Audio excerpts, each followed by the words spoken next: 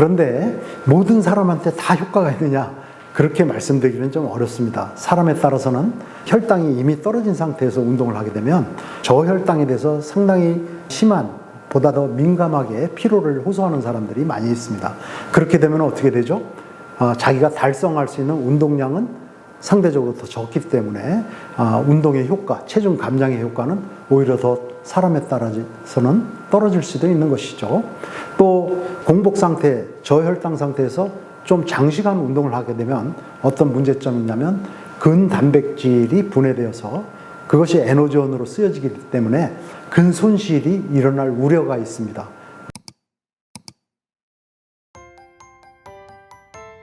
공복 운동이 좋으냐 나쁘냐 이거에 대해서 또 많은 효과가 있느냐 체중 감량에 이런 논쟁이 많이 있습니다.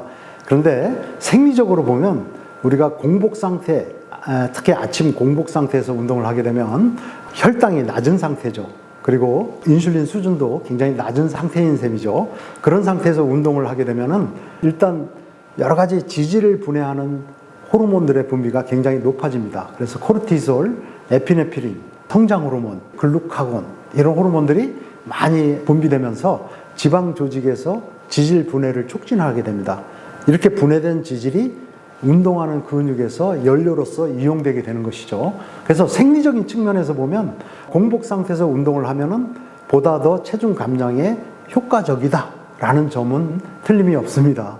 그리고 이제 이 공복 상태에서 운동을 했을 때 또 나타나는 현상은 우리 근육 세포 내에 그 혈당을 받아들이는 당수성 단백체, 그러니까 GLT4 같은 이런 당수성 단백체의 활성도가 높아지면서 훨씬 효율적으로 당을 받아들이는 능력이 높아진다. 이 점도 말씀드릴 수 있고요. 또 한 가지 오토파지라고 그러죠.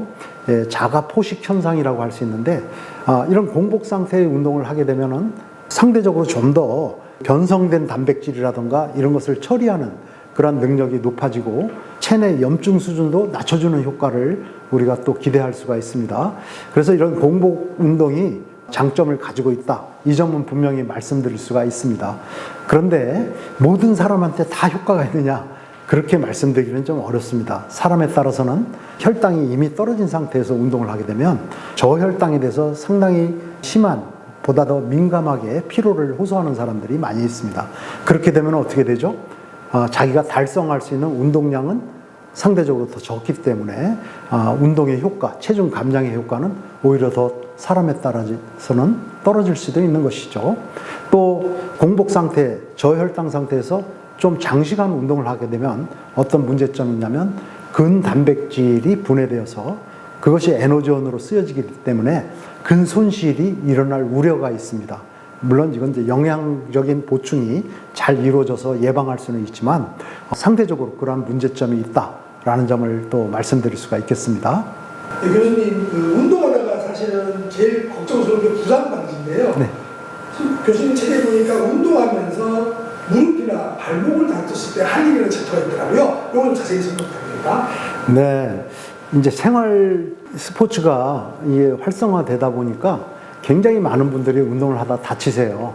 이 발목이나 무릎 특히 이런 부위가 다치는 경우가 많이 있는데 이런 관절 부위는 보통 이제 움직임이 많은 관절일수록 관절을 잡아주는 힘줄이나 인대 그리고 이제 연골판이나 또 관절 주머니 이런 연부 조직이 손상을 입는 경우가 많이 있고 이런 연부 조직의 역할이 굉장히 높아지게 되니까 움직임이 많을수록 손상의 위험도 상대적으로 높은 것이죠.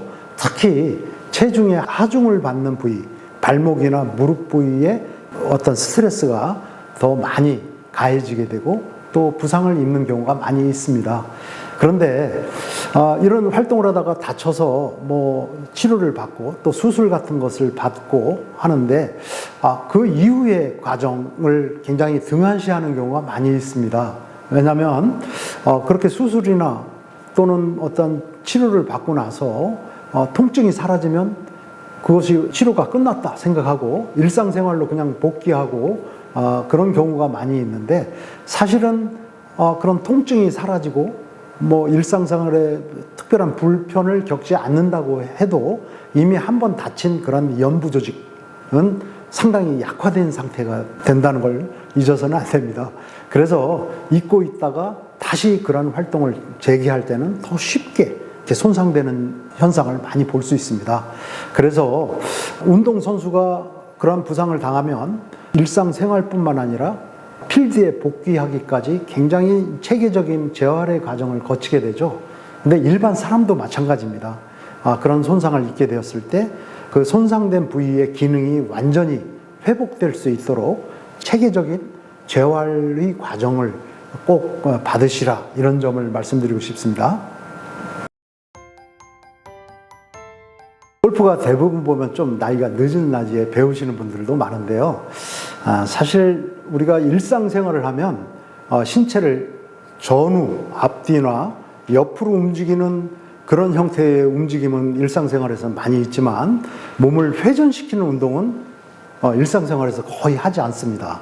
그러다 보니까 골프뿐만 아니라 대부분의 스포츠는 몸을 회전시키는 형태의 그런 운동이 많이 포함되어 있습니다. 그러다 보니까 몸은 준비되지 않은 상태에서 몸을 그렇게 회전시키는 운동을 하다 보면 척추라든가 관절 부위에 손상을 입는 경우가 많이 있고, 그렇게 부상을 당하는 경우가 많이 있을 수 있습니다.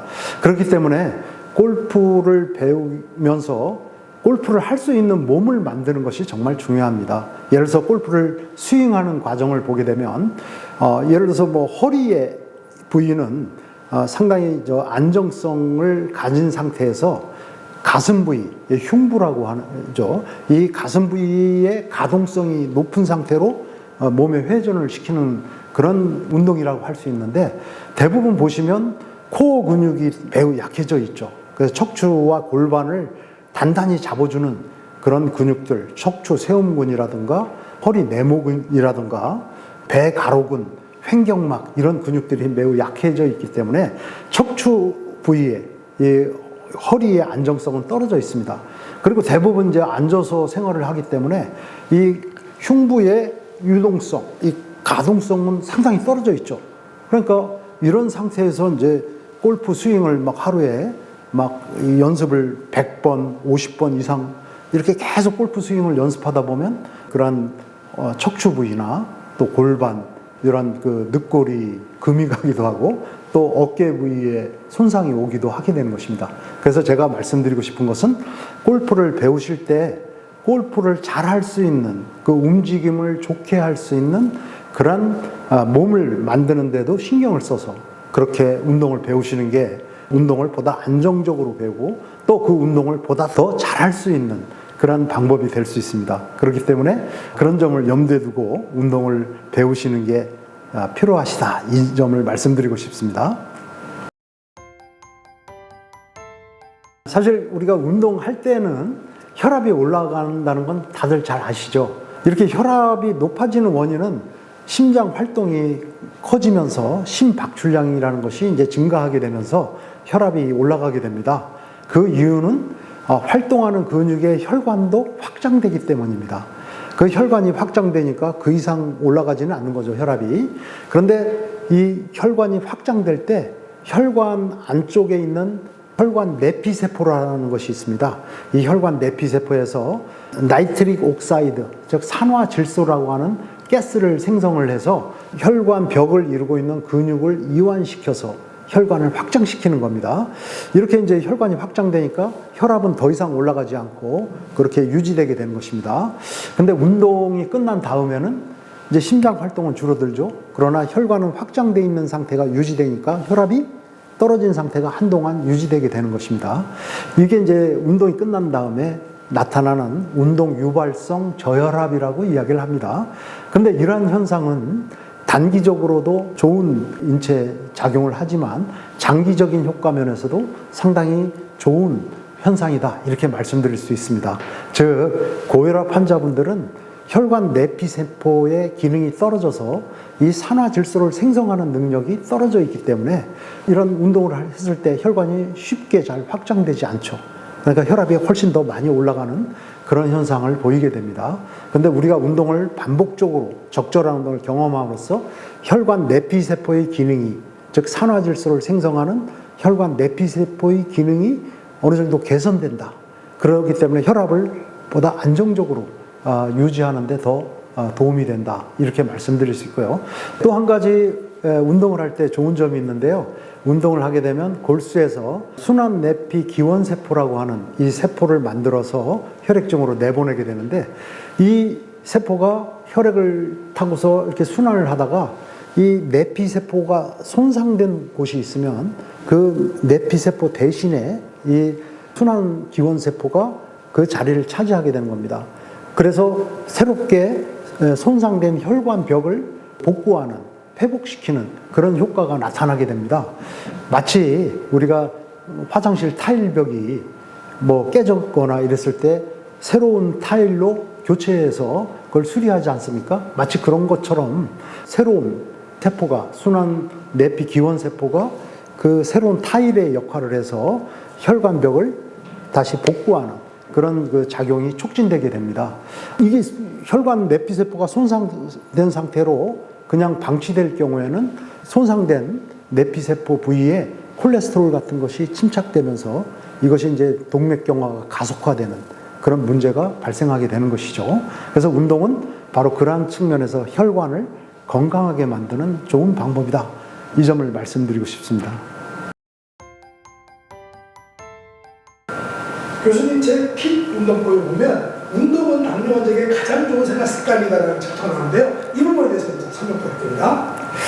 네, 일단 당뇨 환자분들께서 혈당을 조절하는 데 있어서 이제 고혈당 상태가 되면 이 혈당을 세포 내로 많이 받아들여서 혈당을 낮추는 방법이 굉장히 중요하죠. 그런데 우리가 운동을 할 때는 이렇게 혈당이 세포 안으로 들어가는 과정이 촉진되게 됩니다. 일단 혈당이 세포 안으로 들어가기 위해서는 인슐린이라고 하는 것이 세포의 문을 여는 열쇠로서의 역할을 합니다. 그럼 그 문은 뭐냐? 세포 내에 있는 일종의 단백질이 이렇게 혈당을 받아들이는 문의 역할을 한다고 볼 수 있는데요. GLUT4 같은 것은 이제 근육이나 지방세포에 존재하는 혈당을 받아들이는 문이라고 얘기할 수 있습니다. 그런데 이 문을 여는 호르몬이 바로 인슐린이라고 하는 것이죠. 그런데 이 문을 여는 방법이 또 있는데요. 그것이 바로 운동이라고 하는 것입니다. 운동할 때 근육이 수축작용을 하면서 근세포에 있는 AMPK라는 효소가 활성화되면서 GLUT4라고 하는 이 문을 갖다가 혈당이 들어오는 문을 활짝 열어주는 역할을 합니다. 그렇기 때문에 우리가 식후에 당뇨 환자분들께서는 반드시 운동하는 것이 혈당을 낮춰주는 굉장히 좋은 방법이 된다. 이렇게 말씀드릴 수 있고요. 특히 말씀드릴 수 있는 것은 이 혈당을 받아들여서 저장할 수 있는 인체 기관은 두 가지밖에 없습니다. 그 하나가 간입니다. 그리고 또 하나가 근육입니다. 근데 우리가 간을 키울 수는 없지 않습니까? 우리는 근육을 키움으로써 이 혈당을 받아들여서 글리코겐이라고 하는 형태로 이것을 저장하게 되는 것입니다. 그래서 우리 내 몸에 근육이 많을수록 혈당을 받아들일 수 있는 능력이 높아지게 되는 것이고요. 특히 몸의 근육의 약 3분의 2 정도는 하체에 몰려 있습니다. 그래서 엉덩이 근육, 허벅지 근육, 그리고 이제 종아리 근육, 이런 큰 근육들을 특히 더 중점을 두어서 그렇게 발달시키는 것이 혈당을 조절하는 굉장히 좋은 방법이 되겠습니다.